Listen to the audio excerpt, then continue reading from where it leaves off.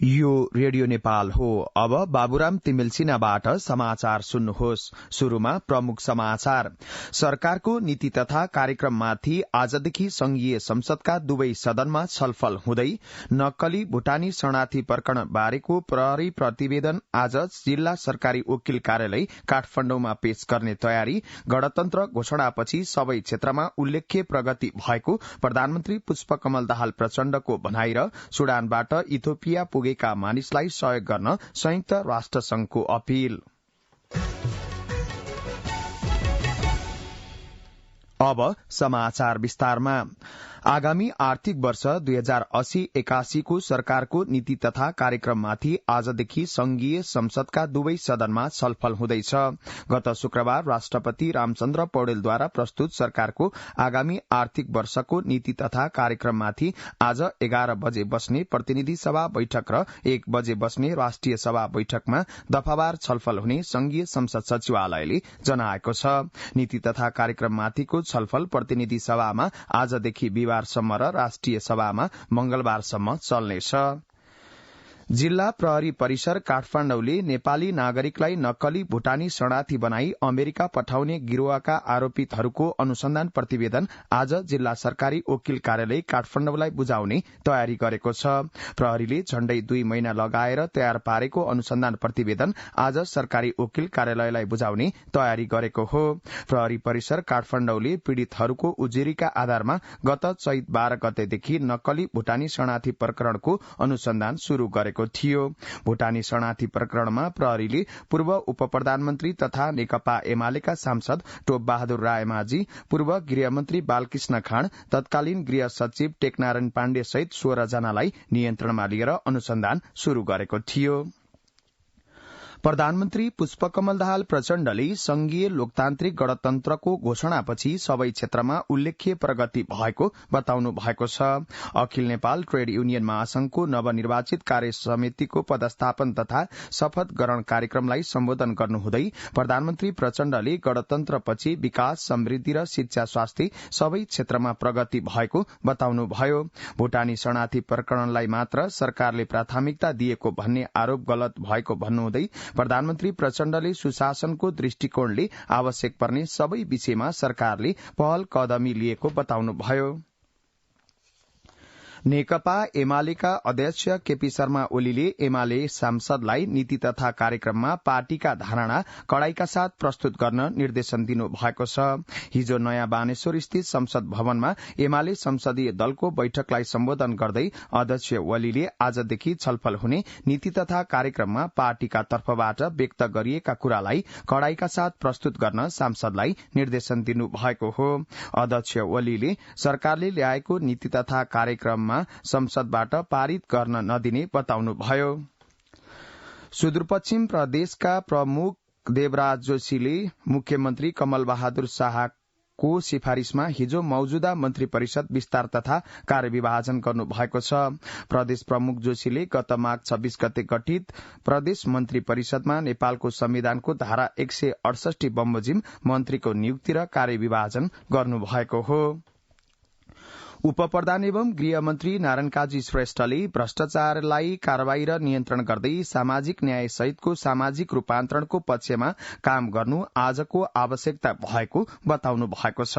Press centre Nepal Bagmati प्रदेशको धुलीखेलमा हिजो भएको वार्षिक साधारण सभामा उपप्रधानमन्त्री श्रेष्ठले भ्रष्टाचारको जालोलाई तोड्ने गरी काम गर्न सकेमा मात्रै सामाजिक र आर्थिक रूपान्तरणको प्रक्रियालाई तीव्र पार्न सकिने बताउनुभयो। नेकपा एकीकृत समाजवादीका अध्यक्ष माधव कुमार नेपालले भ्रष्टाचारको अन्त्य गर्नु सरकारको पहिलो प्राथमिकता हुनुपर्ने बताउनु भएको छ। जनकपुर धाम विमानस्थलमा हिजो संचारकर्मीसँग संक्षिप्त कुरा गर्दै पूर्व प्रधानमन्त्री समेत रहनुभएका नेपालले राष्ट्रिय समस्याका रूपमा रहेको भ्रष्टाचारको अन्त्य गर्नु सरकारको पहिलो प्राथमिकता हुनुपर्ने बताउनुभयो। अर्थमन्त्री डाक्टर प्रकाश शरण महतले प्रतिनिधि सभा अन्तर्गतको अर्थ समितिसँग हिजो अर्थतन्त्रको पछिल्लो अवस्था र सूचकका बारेमा छलफल गर्नु भएको छ।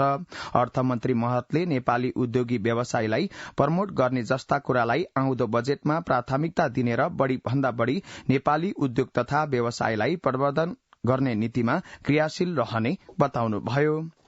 संचार तथा सूचना प्रविधि मन्त्री रेखा शर्माले मुलुकको राजनीतिक परिवर्तनपछि प्राप्त उपलब्धि र व्यवस्थामाथि प्रहार गर्ने नियोजित षड्यन्त्र भइरहेको बताउनु भएको छ।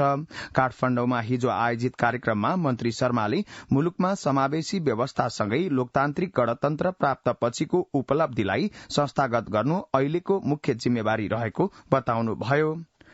कृषि तथा पशुपन्छी विकास मन्त्री डाक्टर बेदुराम भूषालले कृषि र पशुपालनबाट मात्रै देशको अर्थतन्त्रमा सुधार हुने बताउनु भएको छ।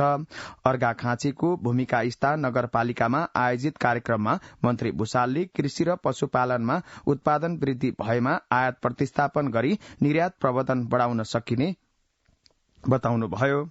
रेडियो नेपालबाट अहिले सुन्दै हुनुहुन्छ बिहान 9 बजेको समाचार। अब केही बेर विज्ञापन र सन्देश। ड्याडी इन्डिया जाने, मम्मी चाइना जाने, दुवैजना फेसबुक र भाइबरमा जिरो। अनि हामीले कसरी कन्ट्याक्ट गर्ने? तिमीहरू फेसबुक र भाइबरमा हिरो भएर के गर्ने? नेपाल टेलिकमले ल्याएको सेवा सुविधाको बारेमा जिरो रहेछौ। अहिले नेपाल टेलिकमले रोमिङ सेवा ल्याएको छ।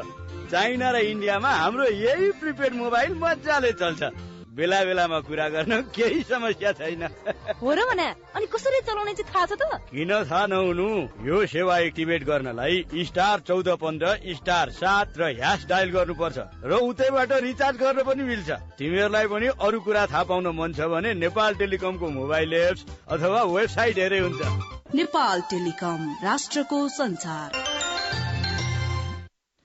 अब बाँकी समाचार।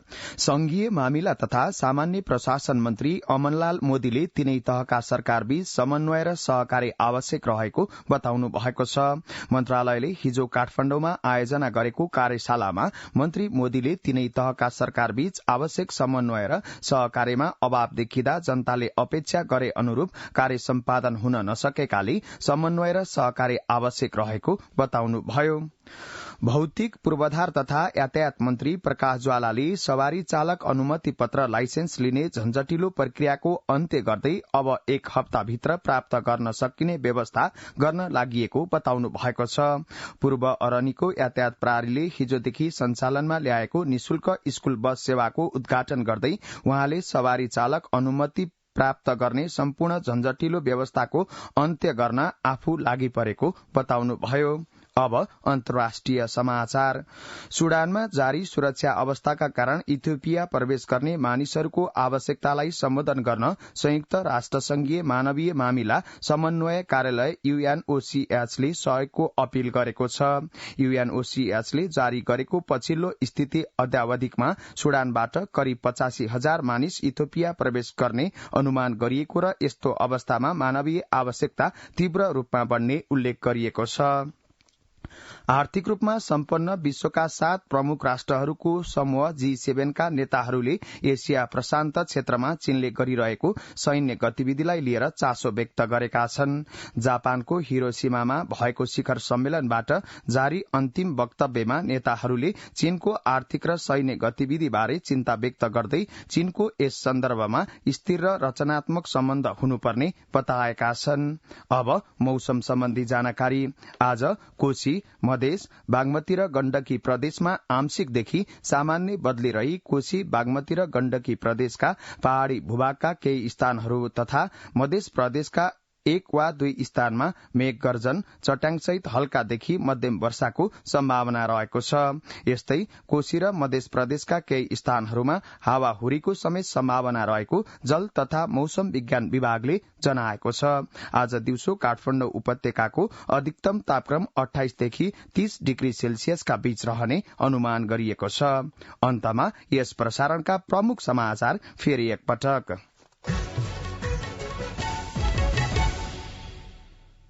सरकारको नीति तथा कार्यक्रममाथि आजदेखि संघीय संसदका दुवै सदनमा छलफल हुँदै नक्कली भूटानी शरणार्थी प्रकरण बारेको प्रहरी अनुसन्धान प्रतिवेदन आज जिल्ला सरकारी वकिल कार्यालय काठमाडौँमा पेश गर्ने तयारी।